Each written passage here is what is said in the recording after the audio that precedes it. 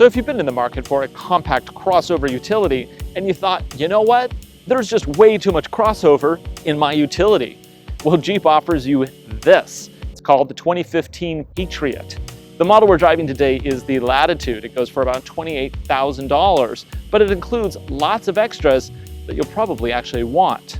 Under the hood is a 2.4-liter inline-4, good for 172 horsepower and has 165 pound-feet of torque. It's connected through a 6-speed automatic transmission, and it powers all 4 wheels through a real-time all-wheel drive system. This really is not that big of a vehicle, but you know, headroom is great, knee room is great. I even get my own cup holder back here. Not bad. Of course, this being a compact, something's got to give. There's got to be less room somewhere. There's plenty of room in the back. I could easily fit golf bags, groceries. It's even got a full-size spare.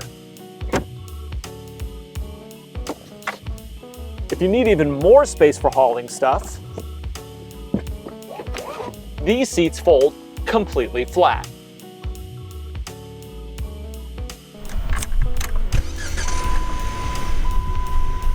The interior in this is very Jeep-like. It's very broad and vertical. The dash seems to be pretty decent plastics, nicely molded, seams look good, and a nice touch leather wrapped steering wheel. So let's start with the gauge cluster. In the dead center, you have speedo on the left, tach on the right. Beneath each of those are digital displays that gives you multitude of information. On the right hand, it shows the current mileage and the drive mode. On the left side, it gives you a bunch of different options selectable through a push button menu. Everything from oil life, personal settings, temperature, miles per gallon, tire pressure, and it actually gives the real tire pressure, which is awesome because sometimes when you go off-roading, you want to relieve pressure in the tires so you get a bigger footprint. It's kind of nice to make sure that your PSIs are where you want them to be, especially when you pressure them back up for highway use. And then it's flanked on either side by a temperature and gas gauge. Moving over to the right here, it's actually a touchscreen navigation. I have to say, you know, at first blush, I look at it and was like, that's a low resolution display, but it's really fast and quite easy to use. It also has radio. With this particular model is equipped with XM satellite, and this also comes with actually a hard drive if you want to copy songs from your mobile media player to the hard drive. And then you have customizations where you can set the display, you can even put pictures onto it. I mean, there's all sorts of functionality buried in this little device. And then I can even plug in USB devices by pulling that there, or I can just use a traditional aux jack right there. Let's look for our Starbucks. We'll just say where to.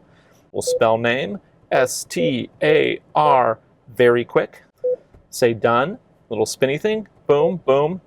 How fast is that? I like it. I can get more information. You can see that it's a cafe, and there's the phone number if I wanted to call them, and go. Moving down, we have aircon. It's dials, baby. I said this is old school. This is old school. No fancy dual zone climate controls here.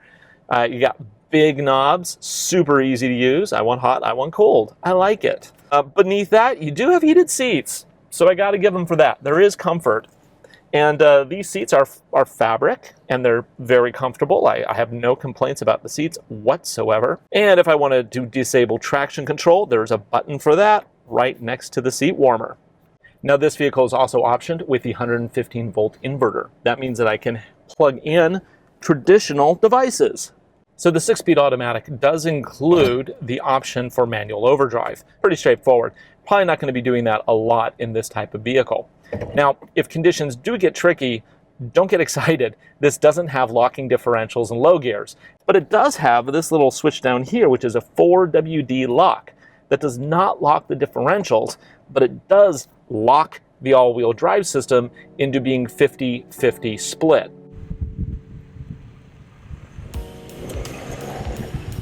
For an off-roader that starts less than $18,000 and features a design that is now almost 10 years old, I honestly expected it to be a rough and tumble driving affair, but it's not. The suspension is surprisingly good on the open road. It also has great sight lines and is even kind of fun to drive. The gauges are old school, but they fit the Patriot's macho persona to a T. If you do want to go well beyond the pavement on a regular basis, I would suggest optioning the Freedom Drive 2 all-wheel drive option group. It's an additional $750 on the higher-end 4x4 configurations, or an additional $1,250 on the entry-level Sport model.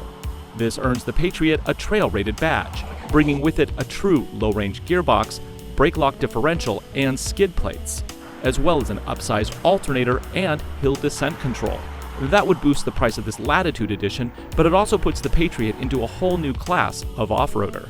The Jeep Patriot is a small SUV that has managed to stay relevant in a sea of small crossovers.